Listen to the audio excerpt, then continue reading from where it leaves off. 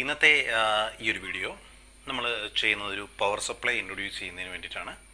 അപ്പം എൻ്റെ ഒരു ഇതിൽ ഒരുപാട് വീഡിയോസ് പവർ സപ്ലൈയെക്കുറിച്ച് നമ്മൾ പറഞ്ഞിട്ടുണ്ട്. അതിൻ്റെ ഫോൾട്ട് പറയുന്ന അത് ഫോൾട്ട് ഐഡൻറ്റിഫിക്കേഷൻ ആയിട്ടുള്ളതും അതുപോലെ തന്നെ പവർ സപ്ലൈയുടെ പല കാര്യങ്ങളും ടെക്നിക്കലായിട്ടുള്ള കുറേ കാര്യങ്ങളും അതിൻ്റെ വർക്കിങ്ങും ബേസ് ചെയ്തിട്ടുള്ള ഒരുപാട് വീഡിയോസ് ഉണ്ട്. ഓക്കെ, അപ്പോൾ ഇന്ന് ഞാൻ കാരണം നമ്മുടെ പല രീതിയിലുള്ള പ്രൊജക്ട്സുകൾക്ക് വേണ്ടിയിട്ട് ചില 12 വോൾട്ടിൻ്റെയും അതേപോലെ തന്നെ പല ആംബിയർ റേഞ്ചും പല ഇതുള്ള പവർ സപ്ലൈകൾ നമ്മൾ വാങ്ങാറുണ്ട്. സോ അതിനുള്ളിലെ ഇൻറ്റഗ്രിറ്റി ഞാൻ ചെക്ക് ചെയ്യാറുണ്ട്. ലൈക്ക് എങ്ങനെയാണ് ഒരു ആ സർക്യൂട്ട് ഡിസൈൻ ചെയ്തിരിക്കുന്നത്, വിത്ത് പ്രൊട്ടക്ഷൻസും കാര്യങ്ങളെല്ലാം കൊടുത്തിട്ടുണ്ടോ എന്നുള്ള എല്ലാ കാര്യങ്ങളും ഞാൻ ചെക്ക് ചെയ്യാറുണ്ട്. എന്നിട്ട് ഞാൻ റെക്കോർഡിക്കലി ആ ഒരു മാനുഫാക്ചർ അല്ലെങ്കിൽ ആ ഒരു ഇത് നോട്ട് ചെയ്തിട്ട് ഞാൻ പിന്നീട് അത് തന്നെയാണ് വാങ്ങാറുള്ളത്. സോ അങ്ങനെയുള്ളൊരു പവർ സപ്ലൈ ഞാൻ നേരത്തെ വീഡിയോ ഇട്ടിരുന്നു. വളരെ നല്ലൊരു പവർ സപ്ലൈ, വളരെ നല്ല അഫോർഡബിൾ റേറ്റിന് കിട്ടിയ ഒരു നല്ല പവർ സപ്ലൈ നിങ്ങൾക്കും യൂസ് ചെയ്യാം എന്നുള്ള രീതിയിൽ ഞാൻ റെക്കമെൻഡ് ചെയ്തിരുന്നു. സോ അതുപോലെ തന്നെ ഇന്ന് എനിക്ക് കിട്ടിയ ഒരു നല്ലൊരു പവർ സപ്ലൈ, ഇന്നല്ല കഴിഞ്ഞ ദിവസം ഞാൻ വാങ്ങിയ ഒരു പവർ സപ്ലൈ. അപ്പം അതെനിക്ക് പ്രൊഡക്റ്റിൻ്റെ ഉള്ളിൽ വെക്കുന്നതിന് വേണ്ടിയിട്ട് വാങ്ങിച്ചതാണ്. അപ്പം നമ്മൾ അറിയാമല്ലോ, പ്രൊഡക്റ്റ് ഉള്ളിൽ വെച്ച് കഴിഞ്ഞാൽ പിന്നെ ആ പവർ സപ്ലൈ കണ്ടിന്യൂസ് പ്രശ്നമില്ലാതെ വർക്ക് ചെയ്യണം. അതുകൊണ്ട് തന്നെ അത് നല്ലതാണോ എന്നൊരു ഗ്യാരണ്ടി ഉറപ്പ് വരുത്തുന്നതിന് വേണ്ടി നമ്മൾ അത് അഴിച്ചു പരിശോധിക്കുകയാണ്. സോ അങ്ങനെ അഴിച്ചപ്പോൾ എനിക്കത് വളരെ നല്ലൊരു പവർ സപ്ലൈ ആയിട്ട് തോന്നി. അത് ഞാൻ നിങ്ങൾക്ക് ഇൻട്രൊഡ്യൂസ് ചെയ്യാനായിട്ടാണ് ഈ ഒരു വീഡിയോ ചെയ്യുന്നത്. എന്താണ് അതിൻ്റെ ഒരു പ്രത്യേകത എന്നുള്ളൊരു കാര്യമാണ് ഞാൻ നിങ്ങൾക്കുമായിട്ട് എക്സ്പ്ലെയിൻ ചെയ്യുന്നത്. സോ ഈ വീഡിയോ ആദ്യം കാണുന്നവർ തീർച്ചയായിട്ടും മറ്റുള്ള വീഡിയോസും എല്ലാം കണ്ടതിന് ശേഷം ഇഷ്ടപ്പെട്ടെങ്കിൽ മാത്രം നിങ്ങൾ എൻ്റെ ചാനലൊന്ന് സബ്സ്ക്രൈബ് ചെയ്യുകയും ലൈക്ക് ചെയ്യുകയും ഒക്കെ ചെയ്യുക. അപ്പം നേരെ നമുക്ക് വീഡിയോയിലോട്ട് പോകാം.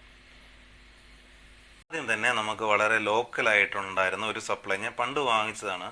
ഈ ഒരു സപ്ലൈ ഞാൻ നേരത്തെയും പറഞ്ഞിട്ടുണ്ട് വീഡിയോയിൽ. അത് ഈ ഒരു സപ്ലൈ ജസ്റ്റ് കൊടുത്തപ്പോൾ തന്നെ ബേണായി. കണ്ടോ, ഇതിൻ്റെ അകത്ത് ഒപ്റ്റോകപ്ലർ, ഈ ഒപ്റ്റോകപ്ലറൊക്കെ ബേണാന്ന് വളരെ ചുരുക്കമാണ് ഞാൻ കണ്ടിട്ടുള്ളത്. എന്ത് പറ്റിയതാണെന്ന് എനിക്കൊന്ന് മനസ്സിലാകുന്നത്. കാരണം ഈ റെസിസ്റ്ററൊക്കെ നോക്കിയാൽ പൊടിഞ്ഞ് പരിവായി. ഇപ്പോൾ ലോക്കൽ സപ്ലൈ ആണ്. ഇതിൻ്റെ വില 200 രൂപ കൊടുത്തിട്ട് ഞാൻ വാങ്ങിച്ചതാണ്. ഒരു ഗുണമില്ല, പെട്ടെന്ന് പോയി. ട്രാക്കും കാര്യങ്ങളും നോക്കുക, വളരെ വൃത്തിയായിട്ട ഒരു സാധനം. ഓക്കെ, സോ ഇങ്ങനെയൊക്കെ വാങ്ങുമ്പോൾ നമുക്ക് പ്രൊഡക്റ്റ് ഇൻറ്റഗ്രിറ്റി നമ്മൾ കൊടുക്കുന്ന ഒരു പ്രൊഡക്റ്റിന് ഇൻറ്റഗ്രിറ്റി നമുക്ക് ഇത് ചെയ്യാൻ പറ്റത്തില്ല. ഒന്നെങ്കിൽ ട്രാൻസ്ഫോമറിൻ്റെ സപ്ലൈ നമ്മൾ പ്ലേസ് ചെയ്യണം. അപ്പോൾ ട്രാൻസ്ഫോമറിൻ്റെ സപ്ലൈ പ്ലേസ് ചെയ്യുമ്പോഴത്തേനും സൈസ് കൂടുന്നതുകൊണ്ട് നമ്മൾ കൂടുതൽ SMPസിനെ ഡിപ്പെൻഡ് ചെയ്യും. സോ അപ്പോൾ അതുകൊണ്ടാണ് ഞാനിപ്പം നിങ്ങളെ വേറൊരു സപ്ലൈ ഞാൻ കാണിച്ചു തരാം. ഓക്കെ, ഇത് പവർ സപ്ലൈയുടെ നമ്മുടെ ഇതിൽ കവർ വന്നതാണ്.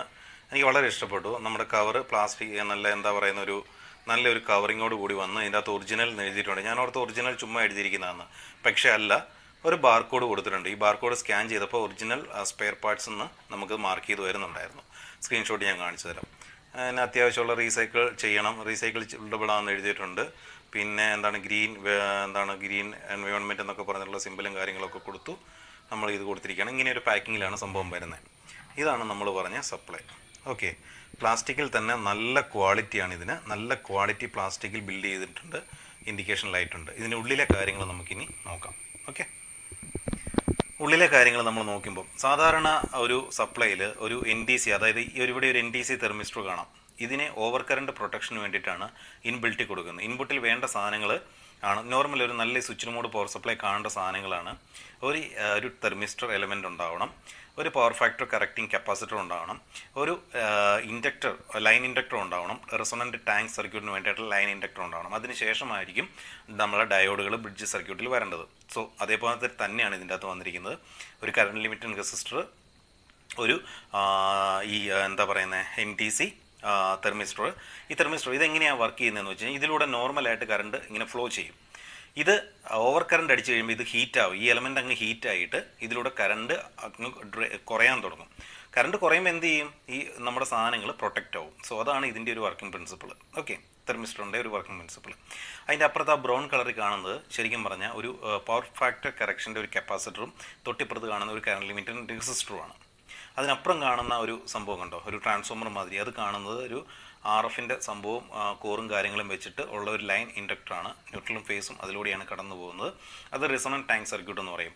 അപ്പോൾ അതാണ് ഈ നോയ്സ് കുറയ്ക്കുക, അതായത് ഈ അൺവാണ്ടഡ് നോയ്സ് കാര്യങ്ങളൊക്കെ കുറച്ച് പവർ ഫാക്ടറൊക്കെ കറക്റ്റ് ചെയ്ത് നമ്മുടെ ലൈനിനെ സ്മൂത്തൻ ചെയ്യുന്നതിനൊക്കെ വേണ്ടിയിട്ട് യൂസ് ചെയ്യുന്ന ഒരു സംഭവമാണ്. പിന്നെ ഒരു എനർജി സ്റ്റോറേജ് ആണ് ആക്ച്വലി. പെട്ടെന്നുള്ള സഡൻ ആയിട്ടുള്ള ഒരു ഡ്രോപ്പും കാര്യങ്ങളൊക്കെ വന്നു കഴിഞ്ഞാൽ നിങ്ങൾക്കറിയാം ഈ ഒരു സപ്ലൈ എന്താണ്, നമുക്ക് ഒരു 100 വോൾട്ട് മുതലെങ്ങാണ്ട് നമ്മൾ വർക്ക് ചെയ്യുന്നുണ്ട്. 100 വോൾട്ട് മുതൽ അപ് ടു 270 വോൾട്ട് വരെയൊക്കെ വിത്ത്സ്റ്റാൻഡ് ചെയ്യുന്ന ഒരു സപ്ലൈ ആണ്. സോ ആ ഒരു പവർ ഫ്ലക്ച്വേഷൻസ് ഒക്കെ ഒരു ഹാൻഡിൽ ചെയ്യുന്ന ഇങ്ങനത്തെ എലമെൻറ്റ് ഇടുന്നതുകൊണ്ടാണ്. അതിനപ്പുറം നിങ്ങൾക്ക് കാണാം കുറേ കപ്പാസിറ്റേഴ്സും കാര്യങ്ങൾ കാണാം. ഇതിൻ്റെ ഏറ്റവും രസകരമായ ഒരു കാര്യം ഞാൻ കണ്ടെത്തിയത് ആദ്യമായിട്ടാണ് ഞാൻ കാണുന്നത്. ഇത് ഒരു ഹീറ്റ് സിങ്ക് കൊടുത്തിട്ടുണ്ട്, നിങ്ങൾക്ക് കാണാം. പക്ഷേ ആ ഹീറ്റ് സിങ്ക് കൊടുത്തിരിക്കുന്നത് മോസ്ഫെറ്റിലോ കാര്യങ്ങളോ ഒന്നും അല്ല. ആ ഹീറ്റ് സിങ്ക് കൊടുത്തിരിക്കുന്നത് ഇവിടെ ഒരു 4 കാരണം നിങ്ങൾക്ക് ഇത് അഴിക്കാൻ പറ്റാത്തത്. ഇതെനിക്ക് പ്രൊഡക്റ്റ് വെക്കുന്നതുകൊണ്ട് ഞാനിത് അഴിച്ചില്ല, കാരണം ഇത് ഗ്ലൂ ഇട്ട് ഒട്ടിച്ചിരിക്കുകയാണല്ലോ, അതുകൊണ്ടാണേ.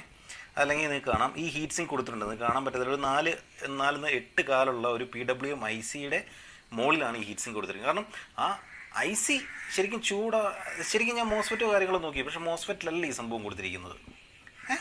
മോസ്ഫെറ്റിലും കാര്യങ്ങളും അല്ല കൊടുത്തിരിക്കുന്നത്. ഓക്കെ, ഇനി തൊട്ടപ്പുറത്ത് മോസ്ഫെറ്റ് ഉണ്ടോ എന്ന് എനിക്കറിയില്ല, അഴിച്ചാലേ പറയുള്ളൂ. പക്ഷേ ഞാൻ നോക്കുമ്പോൾ ഇതിൻ്റെ ഉള്ളിൽ കാണുന്നത് ഒരു IC ആണ്, 8 കാലുള്ള ഒരു IC ആണ്. ICയുടെ മൗണ്ടിലും ICയുടെ ഇതിലും അതേപോലെ തന്നെ എന്താ പറയുന്നത് ICയുടെ ടോപ്പിലും അതേപോലെ തന്നെ അപ്പുറത്തിന് മോസ്ഫെറ്റ് ഉണ്ടെങ്കിൽ അതിലും കൂടെ കൂടി ആണ് ഈ ഒരു സംഭവം കൊടുത്തിട്ടുള്ളത്.